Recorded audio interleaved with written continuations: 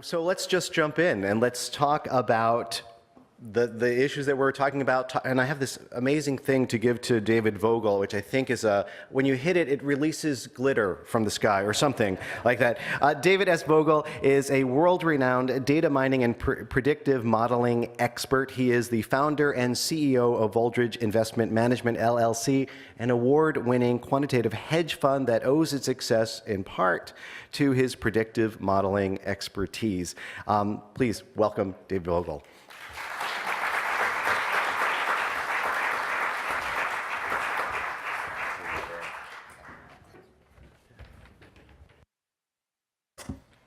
Thank you for that intro, and thank you all for being here today. It's my pleasure to welcome you all to the first annual Climate Correction Conference hosted by UCF and Volo Foundation.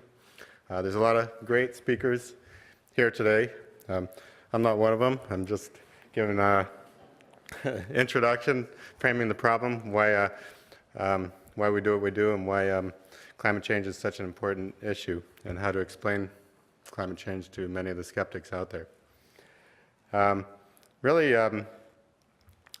was skeptical myself. As a data scientist, I always have to crunch numbers myself before I believe scientists. And when I dove into the numbers on climate change, they were pretty alarming, actually. And the way I like to explain things to people is contrary to what many special interest groups put out there, that climate science is some new and unproven science. It's actually 200-year-old science, and we've actually known since early 1800s that you got the Earth and the Moon the same distance from the Sun. They're 60 degrees difference in temperature, and that difference is basically the 2 trillion tons of naturally occurring carbon dioxide in the atmosphere. And that's a little bit of an oversimplification, but that is actually most of it. And today we have 3 trillion tons of carbon dioxide in the atmosphere.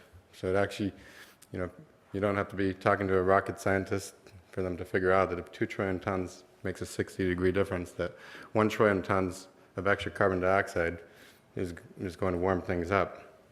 And I've actually come up with projections on my own based on historical connections between carbon dioxide level and temperature over the Earth's history, and come up with a projection of 5 or 6 degrees Fahrenheit of warming just from the current level of carbon dioxide in the atmosphere. So then the special interest groups sometimes say, well, okay, there is global warming, but it's natural. How do we know it's man-made? Well, anyone can actually Google sources from energy companies on fossil fuel usage. We know that there's 5.5 billion, every year we consume 5.5 billion tons of coal. We burn that much coal. We consume 35 billion barrels of oil.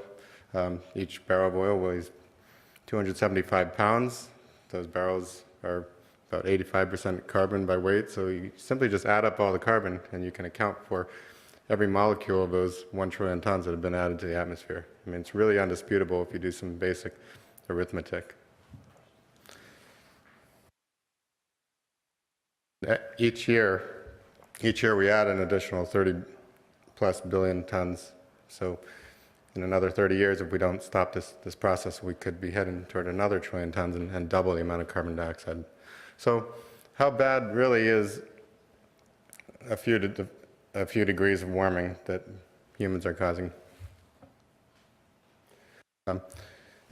Just coincidental that I was prepared to talk about hurricanes in the wake of Hurricane Michael here, but it's been known for many years. Climatologists predict hurricane strengths primarily based on water temperature, and a few degrees is the difference between hurricanes weakening and strengthening. And as hurricanes move over warmer water, they strengthen, and over weaker water, they weaken. And this here is a correlation I came up with by downloading data from buoys in the Atlantic Ocean and connecting them with frequency of hurricanes. And you can see a pretty clear connection between water temperature and frequency of hurricanes. In fact, you can specifically predict that for every 1.5 degrees of warming of the ocean's temperature, you should expect one additional hurricane to make landfall in the U.S. each year. And we've already heated the Earth by 2 degrees Fahrenheit. So we're already seeing the effect here, and that's going to continue to accelerate. And this is all, everything I project is based on historical data. As a data scientist, none of it's opinion. He said, she said, it's all based on hard data. Furthermore, in addition to increasing frequency of hurricanes, if you actually look at correlations between water temperature and how strong the hurricanes are, typically in 81 to 82 degree water, you see category 1 and 2 strength hurricanes hit.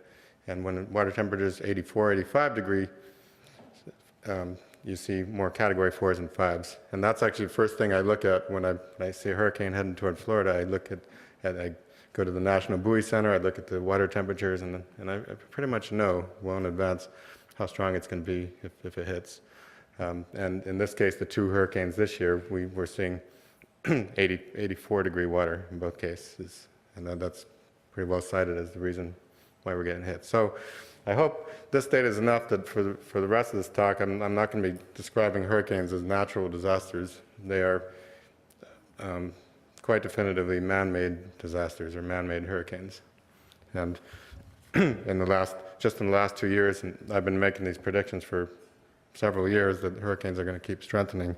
We have Hurricane Harvey, Irma, Maria, Florence, and now Hurricane Michael, just causing devastating tens of billions in damages. And you see in that lower left corner the hurricane costs in billions by decade, and that has been doubling or tripling every decade. So nothing natural about that. It's entirely man-made. The cost of that, if you project that over 50 years, is $15 trillion just in hurricane damages. And I'm just focusing on one aspect of global warming in one region of the U.S.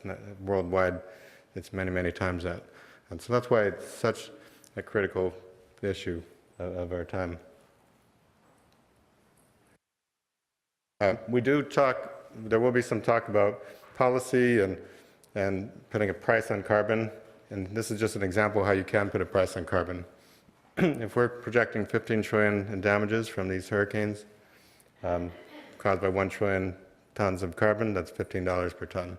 And so you add that up with all the different disasters, and that's how people come up with estimates on $100 a ton, $120 a ton, why there should be some kind of tax on carbon.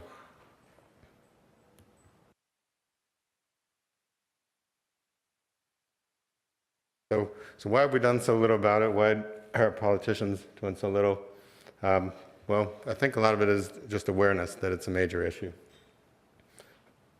This is a poll from the right before the last election of the order of importance of issues to the American public, and the environment felt pretty low, even in both parties. If people really knew the effects of climate change, we see that. I mean, just look at the economy, hundreds of billions of dollars from hurricane damages.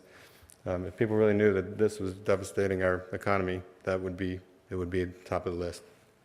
If people understood that these man-made hurricanes are killing more people than all the terrorist attacks that have ever occurred, it would be at number 2 on the list. So really, with the right awareness and understanding, environment should be number 1 on the list. So then there's this feeling of hopelessness, this thought that we can't afford to decarbonize. The economy's having enough trouble. And so I wanted to provide some hope and show a great example Sweden as a country has, amazingly over the last 30 years of climate policy, reduced emissions by 23% while increasing their GDP by 58%. So they're down to $4 tons of carbon per person per year, compared to the US, which has actually done a decent job in decreasing that over the last 20 years from about 20 tons of carbon per person to 16. There are other countries not doing as well that are on the increase. China, India have been increasing their carbon consumption. So we need to not only do better like Sweden's done, but also provide leadership to other countries on how this can be done, all the while stimulating the economy. So how has Sweden done this? And I brought a list with me of various policies they have used. First of all, they increased their forest land. There's 55 million acres of forest land. They focus on planting pine trees, which are the best for carbon sequestration. They implemented a carbon tax many years ago, which has steadily increased to $140 per ton. And if a tax doesn't pass, we can call it carbon, if we don't want more taxes, carbon dividends, give the money back to the people, call it carbon fee to pay for the damages caused by the carbon. So whatever politically we need to call it, there needs to be some price and incentive not to emit that carbon. They have availability of biofuels at all gas stations. So there's that option. They passed legislation on urban planning. Sweden, they got incentives on biogas, solar, windmills. You can actually depreciate 30% of a windmill in its first year. Green car rebates. There's various regulation on fuel and electricity efficiency. Sweden provides at a municipality level energy consultants who are basically providing guidance to businesses and homeowners about how to be more efficient. And finally, they have an industrial leap program where they invest $33 million a year in greenhouse gas reducing technology. That's sort of the result from an economic standpoint. I believe that this can be done in a way that does not damage the economy, but actually stimulates the economy, creates jobs in a new area, all the while solving this problem. And if we can all follow the example of what Sweden and a few other countries have done, I believe we can solve this crisis and avoid the continual warming of the earth. And with that, I hope we hear a lot of great solutions today. And again, welcome to the conference, and enjoy your day.